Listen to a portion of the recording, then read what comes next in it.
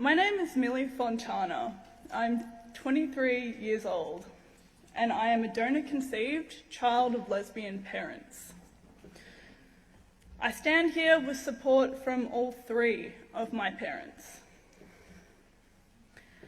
This is a testimony that is, safe to say, unheard of, because nobody wants to hear about the other side of the rainbow. The side that is not catered for, that don't grow up happy and grow up with a dissenting idea of what a family structure should be. Growing up, I wanted a father. I felt it within me that I was missing a father before I could even articulate what a father was. I knew that I loved both of my parents, but I could not place my finger on what it is I was missing inside myself. When I hit school, I started to realize through observing other children and their loving bonds with their fathers that I really was missing out on something very special. I was lied to throughout school. I was told I didn't have a father, or that perhaps they didn't know who he was. It was very difficult for me to affirm a stable identity because of this, and my behavioral and emotional stability suffered greatly because of it. I stand here before you, raised atheist with no religious affiliations. I stand with Christians because so far in this debate, Christians are the only people trying to reflect the issues that follow with children.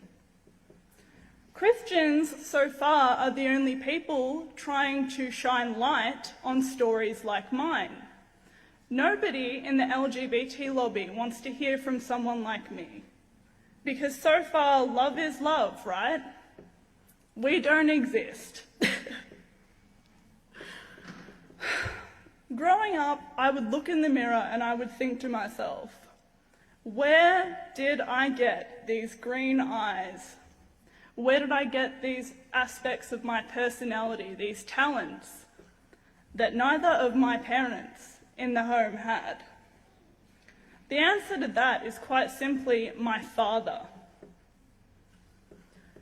But in reality, it's not just the father or the donor, as they like to call it. It turns out I have an uncle, I have an auntie, and I have a grandmother, along with many loving cousins. When they chose what parts of my identity were acceptable to reveal to me, they took something from me. And where other children were able to look in the mirror and reconcile those missing parts and say, I love my mothers or my fathers, I could not, because in my eyes, who were my parents to decide what parts of me were acceptable to reveal to me? Meeting my father at 11 years old was probably the only time I had been a stable child. I saw for the very first time who I was. I looked into his eyes and I thought, that is the missing part of me. Not because I'd fantasized about having a father, but because I could put a face to who I was, so I could look at somebody who was equally responsible for my existence. I could affirm my identity based on this man. And if I had not met my father, I would not be standing here with you today, because my emotional reaction to not having him in my life, even at such a young age, was devastating, and it caused me to regress in my development. I want to talk about real equality. There's a lot of talk about equality from the LGBT lobby, but I sort of wonder what their definition of equality is, because for me, equality was being told the truth was being respected for who I was as a whole, and not just based on what my parents desired to let me know. Equality was being able to look at both sides of my genetic family and understanding who I was. Equality is not saying that because volunteer studies of gay families and children of gays that come out with a positive outcome define it for everybody. It's completely unrealistic.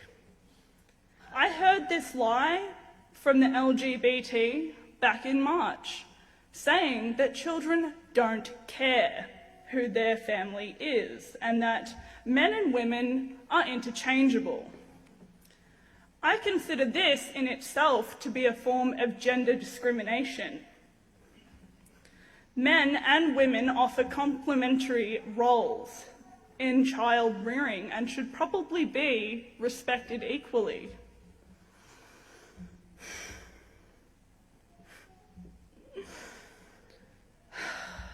It's funny the way that the gay lobby talks about homophobia.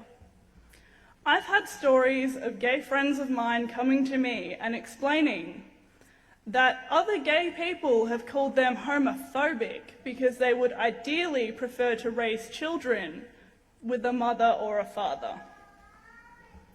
How utterly ridiculous.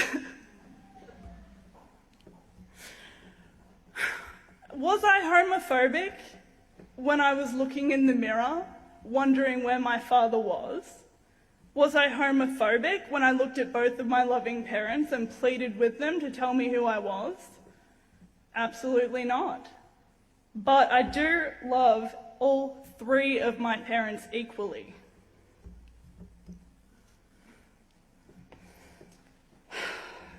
My mother pitched a question to me the other week. She said to me, "Millie, what if my partner and I were able to be married? What if we had that stable household environment that everybody else has?" And I answered the question very simply. It was basically answered with another question, which would have been, how would psychologists have treated me for my underlying issues of fatherlessness if to acknowledge fatherlessness was a form of discrimination? How would any physician under threat of legal action have treated me under that circumstance? It was met with silence.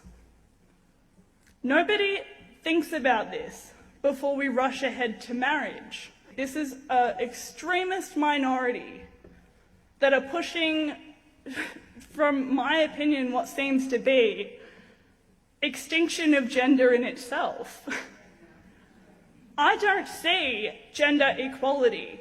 I see a pitch to get rid of gender altogether.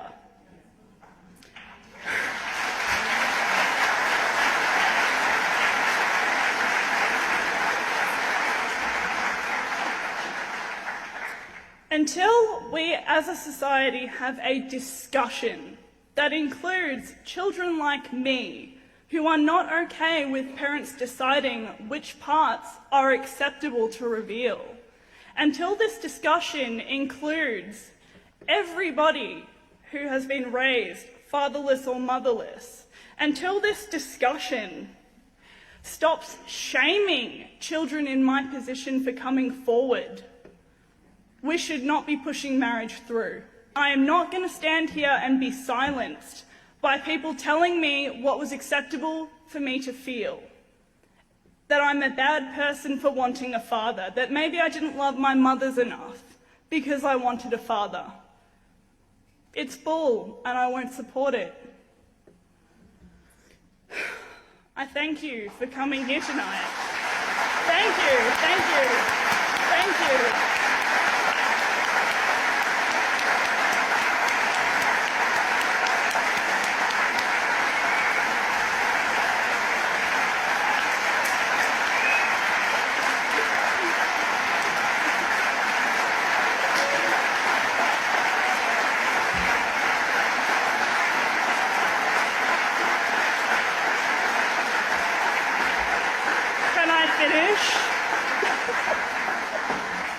Thank you so much for the standing ovation, but I just want to say that it's really great to see everybody here in support of the same cause, because everybody deserves a voice. And I won't stand here and let people shame Christians or anybody of faith, just based on faith, for standing up for children, because it's ridiculous.